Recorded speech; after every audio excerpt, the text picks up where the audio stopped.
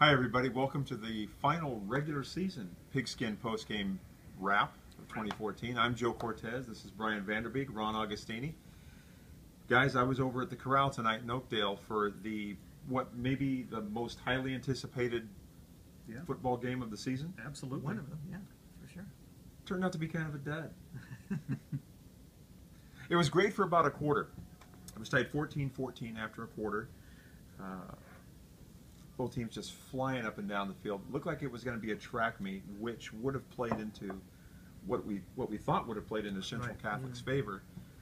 And then Oakdale said, "Bring it! You want a track meet?" They rolled off 21 unanswered points in the second quarter, and the route was on. Wow.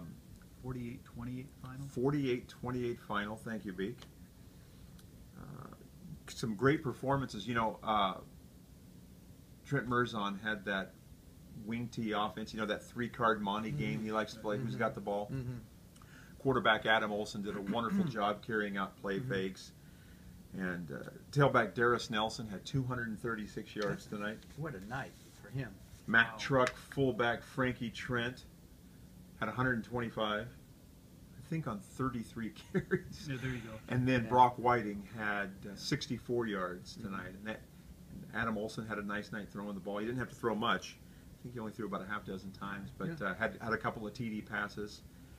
And it was a real physical match, but Oakdale was the better team tonight. You don't see too many running backs go for numbers like that against Central Catholic.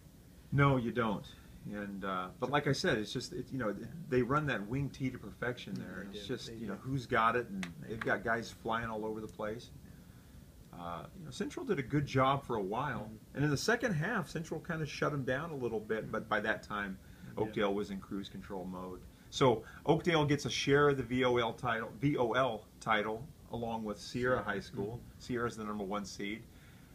Oakdale goes as the #2, and Manteca and Central are both at large bids. That was a really good Valley Oak League race this year. Fantastic. Yeah, four teams really going at it all year. So Sierra comes in maybe a 4 seed. Oakdale maybe a 6 seed. I'm guessing Oakdale still gets a home game as a #2 team. I would think. I mean, 9-1 with the schedule it played. I think Oakdale gets a home game. I would think so. I would think so. You were over. Speaking of wing tees. Speaking of the wing tee, I saw the master of the wing tee, one of the masters of the wing tee, Mark Lorero in Escalon, against the master of the hybrid pistol wing tee. That Modesto wing, whatever you want to call it, at Modesto Christian. Modesto Christian 30-14 over Escalon tonight. Modesto Christian 9-1, 5-0 on the TVL. Welcome back, Mike Parsons. Wonderful job. Yeah, I got surprised at the end of the game, right? So they're saying, and congratulations, Mike Parsons, on his 100th career victory. Well, we've been compiling these lists all year of coaches and their victories. And we did not have Mike Parsons. We didn't have Mike at Parsons. 99. We didn't have Mike Parsons' first coaching job, which was 2 years at Riverdale High School in southern Kings County. Riverdale. Riverdale. Isn't that where the Archies gang grew up? Yes, as a matter of fact, and not that Riverdale. Very good, Joe. He went 5-5 his first year at Riverdale. He said he could have run for mayor. Not a strong football program down there. Routinely get beat by Avenal. Ooh. Yeah, in that league. Anyway, then he went 1-9 the next year, and then went after that. Could not have won for mayor. No, I went to Chowchilla as an assistant after that before landing at Modesto Christian, and then going to anyway. So in 7 seasons at Modesto Christian, he is now 72-14. Three TVL titles, of course, the state title. In 2 seasons in Riverdale, 5 at Clovis West, 28-42. And that's what the point I kind of make in my story is, if you ever wonder if there's a perfect match between coach and school, it was on display between Escalon and what Mark has done there, and what Mike has been able to do at Clovis West, or at Modesto Christian since his return from Clovis West. Anyway, in this game, Modesto Christian opening kickoff returned 90 yards for a touchdown by Windsor Jameson. Great name. Great name. Great name. Quarterback Luke Andrew, 11 carries, 135 as they go buck sweep without of a fly. They run a fly formation, overload the weak side, and run him behind massive size, and he was getting 10, 11 yards a kick in the second half. That's what allowed them to hold. He had 125 of these 135 yards in the second half. Wow. That's what allowed Escalon, or Modesto Christian, to hold off Escalon. Chris Brown, 14 carries for 115 after being in a cast all day. Well, let me find that out. If you follow Twitter, you might have seen the photos of Chris Brown in a cast on crutches. It was all a joke. And once Mike Parsons found out about it, He put the kibosh to it. He said, hey, guys, that's bad karma. We can't be doing that. Connor Dowd, 13 carries for 66 and 3 scores as Modesto Christian outgains Escalon 373 to 187. This was actually a game. It was 20-14 midway through the fourth quarter. Escalon needed to answer. They don't. And Modesto Christian comes down, kicks a field goal with like 3 minutes left to ice it, and then gets the same guy again. Winter Jameson intercepts a pass, sets him up. Connor Dowd gets his third touchdown with 1:06 left to seal the victory. You think Modesto Christian's happy to have Parsons back? And as happy as they are to have him back, he is just so happy to be back. And he told me that at this time last year, he was thinking about going to grad school to get his master's and get into administration. No longer be a coach. He had just lost his love for football, and now he says he's here, he's regained it, and he wants to coach. That's here. awesome. Wants to coach here for a lot of years. That's great. Modesto Christian at 9-1, going to be the number 2 seed behind Capital Christian in Division 6. And they've met already this year. And they've met. That's Modesto Christian's only loss, a 1-point loss. 23-22. Fumbled on the goal line. In a score every bit as important to Escalon as this one, Amador beat Calaveras 13-8, which probably seals Escalon's fate as a Division 4 school. They were hoping Calaveras would win to bump Escalon down to Division 5. That looks like it's not going to happen. We'll find out for sure tomorrow, but it looks like Escalon is going to be in D4. Escalon probably wins D5, has a real good shot at running the table in D5. Not in D4. It's not going to. Nah, it is just too tough in D4. We could very well see, if Modesto Christian wins Division 6, which they could, we could very well see a Central Catholic, Modesto Christian, NorCal Bowl game. When do they announce the bracket? For the section playoffs? Saturday, tomorrow. It's tomorrow. Well, okay. It's today. It's today. Okay. At about 5:30, and that'll be online. You can watch that at the Sac Joaquin section's website. They do a CBS kind of seedings bracket show. March to March Madness seedings show. Yeah. Anyway, so that's my game. Luke Andrew. Yeah. I saw MC play 2 weeks ago. Yeah, 2 weeks ago now. I was really impressed with Luke Andrew on defense. Oh yeah, he hits. He hits hard. Modesto Christian hits. Well, they did. All the talk is about Connor Dowd, and rightfully so. I mean, the kid's a beast. Yeah. They're sensational middle linebacker and fullback. Yeah. But Luke Andrew, for a quarterback who also plays defense, that kid brings it. Well, again, they only dressed 18 tonight, but they've got 9 studs. But they have players. They have players. They've got players. 9 players. They do. Ron, you were over at Chuck Hughes Stadium for the big MMC showdown between... that was the big game in the MMC here to cap the season. Downey met Grigori at Downey at Chuck Hughes Stadium at Downey, and Downey got a little bit greedy tonight. They claimed an outright Modesto Metro Conference championship. They wanted to make sure they did that. And that was definitely on their agenda. They did not want to share. Downey won the game 42-21.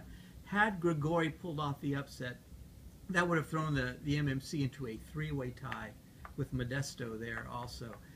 Downey made sure that did not happen. They started fast tonight. Taran Daniels took the opening kickoff, 65 yards. P.J. Wilson to Jeffrey Jones on the first play from scrimmage, 25 yards. And just like that, Downey's in front. The Knights score on their first 4 possessions tonight. There you go. And they're up 35-7 midway in the second quarter. And so they're rolling. Any chance for Grigori to slow down that game? No way. Downey took charge immediately. P.J. Wilson, great as usual, throws for 3 touchdowns, rushes for 2, passes for a 2-pointer. He's 16 for 21 for 320 yards. Wow. Grigori denied Malcolm Green, the running back tonight, but then paid with Wilson's arm. Pick your poison. You picked your poison with Downey, and Wilson was really, really good tonight. On 1 touchdown run of 10 yards, he's pump faking, he's pointing everywhere, like Peyton Manning, and then he hits for the pylon and scores. And that's Paul Wilson in a nutshell. Yeah, now, Grigori played a little bit better in the second half tonight, closed to within 35-21 and had the ball. Game was not over, but not enough offense. Demetrius Vincent rushed for 135 yards. Gave the Jaguars some life early in the second half, went 87 yards for a touchdown, and was almost caught by the feisty Downey cornerback that Joe made famous in his story Friday, Jacob Magana. I didn't make him famous. He made himself famous. Yeah, that is for sure. You know, he came in with 10 interceptions tonight, and what did he do? 3 more picks tonight. Wow. 13 to lead the state. He made one where he's tiptoeing on the sidelines right in front of the Downey bench, and his entire team mobbed him afterwards. This kid is loved by his team for good reason. He's a great player. Doesn't weigh more than, 140 pounds? Weighs 140 pounds. He's 5'7" and a half. Yeah, one of the most fun players I've seen all season, along with Paul Wilson and Nate Phillips, the quarterback from Modesto. Those 3 kids put on quite a show for 10 weeks. But Downey goes on. My guess is that they'll have a home berth first round. Oh yeah. Yeah, they're Jeremy Plow was saying probably 6th seed and pie in the sky, maybe a little bit better than that. Depends, but they'll be home for first round, and we'll take it from there. But congratulations to Downey. That's 3 titles in a row, and good job, good job. Grigori will also be in the playoffs, I believe, with 7 wins. Mm-hmm. So we each attended a game that had title implications. There were a lot of those tonight. Yes, there were. Some surprising scores tonight. The first one that catches my eye, Series 24. Yeah. Central Valley 7 knocks the rival right out of the playoffs. Wow. Scott Edwards did a fine job with Central Valley in his first year, but it looks like they're going to come up just short. Series. Great Sweet win for Series. Sweet win for Series. That's the first time they've won that intercity rivalry game since the first year in, I think, 2006. Wow. So the new school has been dominating. Yes. A little bit different there. Right. Absolutely.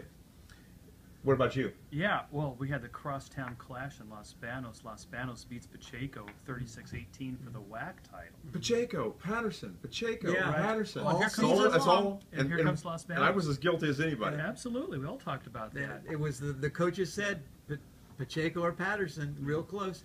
That's why they play the games, Joe. That's right. LeGrand had a chance to annex an outright title, but that didn't happen tonight. Mariposa defeated LeGrand 23-14, and that results in those teams sharing the title. Mariposa gets the first seed in the playoffs from that league. That is the 6th consecutive title, though, for LeGrand. I mean, yes, they still that co-title is. What a great run by LeGrand. That's marvelous stuff. Now, that game figured to be pretty good tonight, and it was, but the Grizzlies did it tonight. Nice win for them. Yeah. We talked about Amador Calaveras. Yeah. The winner in that game, Amador 13, Calaveras 8. Calaveras is done. They finished 5-5. 5-4. Amador 6-4. 6-4. They both had identical overall records, identical league records, and that was loser go home there. Right. Amador going into the Division 5 playoffs. Calaveras would have snuck in at Division 4 had they won that game. And one of your favorite games, I know, because you wrote about it, I think, prior to last season, the game for the Chief. Oh, yes, Orstimba and Gustine. That's right. They played for the Chief down there on the west side tonight. And the Redskins keep it. And the Redskins keep it for the 2nd straight year. They didn't have it for quite a while. They had, 9 years it resided in Oristimba. Yeah, that Chief is hard to move. It's heavy. What was the final there? I didn't get a final in that game. Did you get a final? I no longer have my phone. Oh. But Gustine did win that game, huh? Gustine won the game. Okay. Yeah. Congratulations to the Redskins. 2 in a row over the Warriors. Well, I think we've done it, guys. I think we've made it through another regular season. Now we've got playoffs coming up. Like we said before, the playoff pairings will be released tomorrow, or later today. Yes. 5:30 p.m. about. And you can watch that live on the Sac Joaquin section website. That's CIF.SJS.org. Yeah. I'd like to congratulate everybody tonight. You know, most teams are done after tonight. And I'd like to congratulate everybody, coaches, players, great run. You know, the wins and losses are, you know, they're okay. That's what you shoot for. But in the long run, you know, it's the experiences that count. And congratulations to everybody. Another great season.